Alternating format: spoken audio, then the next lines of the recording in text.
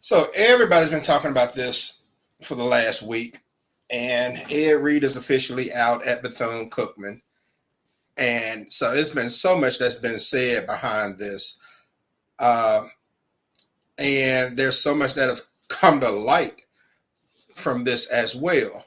But I guess the first question I want to ask, and this is for whoever wants to answer it: do you think he should have been fired in the first place? We'll start there first. Absolutely No, not. I don't think he should have been fired. Um, we all know, from either being a part of the HBCUs or knowing somebody that went to an HBCU, we know that we know that this has been going on for quite some time at a lot of these HBCUs. Um, the quality of the curriculum, sports, whatever these kids are doing, has been steadily declining for years. Um, Nobody knew how bad it was over in Bethune-Cookman until Ed Reed got there. Um, and he needed to shed light on this because, I mean, our kids, I mean, I get it. I mean, when you have, family members that have gone to certain HBCUs, you want to continue that tradition if you graduated from that school or whatnot. You want to continue that tradition. Um, it's something that, that's family oriented.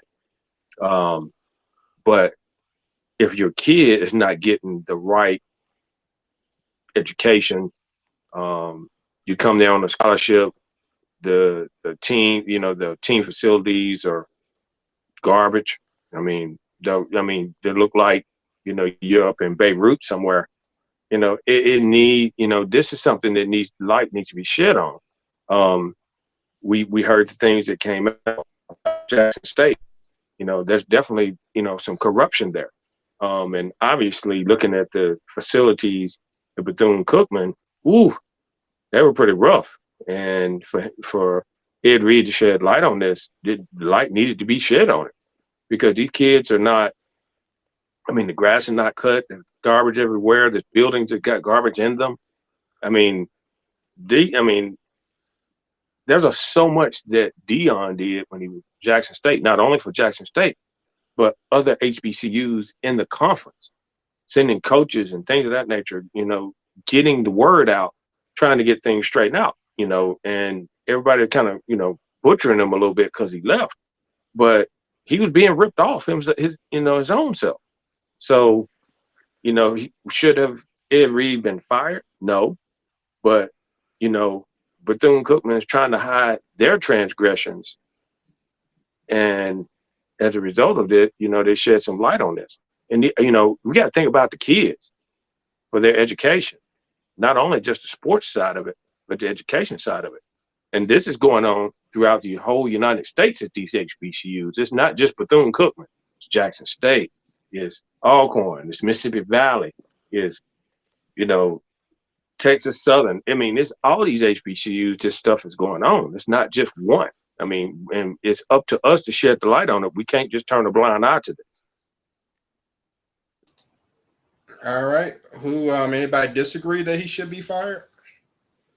Oh no, I don't disagree. I think he should have been uh reinstated, as a matter of fact. But the problem is they can't do that because part of the discussion that we had a few months ago is just too much corruption. They don't want Ed Reed there because Ed Reed exposed a lot of things. Now, I've been looking at this thing in depth.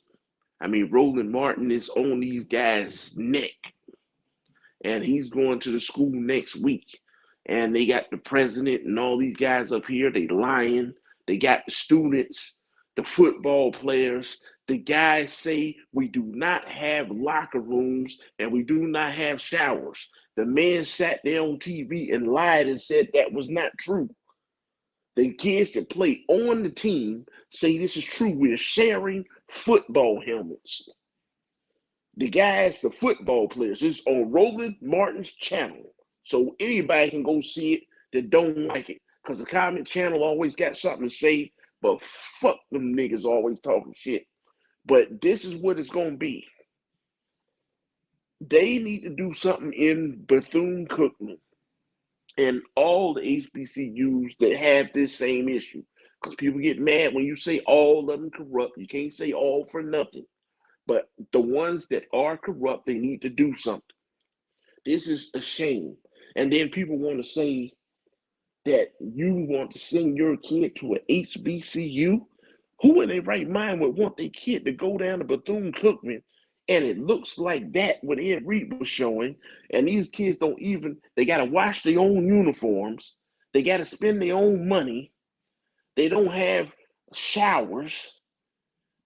They sharing equipment. Someone tell me how is that good in any shape or form? I don't care who all's at the school. But people say, oh, you should go to HBCU, you should do this. Florida, these kids are eating steak, lobster. They got a place to sleep, place to stay. But back to the Ed Reed thing, Ed Reed was trying to help the kids. He had Shaq and all these guys ready to donate money, and they was getting ready to do some nice things at Bethune-Cookman. But like I say, you got these assholes at the top that always want to be on top, and they can't see bringing in a football coach that they would normally pay $70,000, $80,000 or whatever they pay them, and they don't want to make the coach bigger than the school or the program. But sometimes you got to back up and let the man do what he do. You think that AD make more money than Nick Saban? Hell no. You can say, well, oh, he works for this guy and all that. Yeah, he may do. But everybody know who the man is. But the black school is never going to be like that. Okay. And now, like I say, I encourage anybody to go to Roland channel. You know, I don't fuck with Roland on a lot of stuff, but Roland is on point. He wants to meet and have a town hall with the students, the board and everything.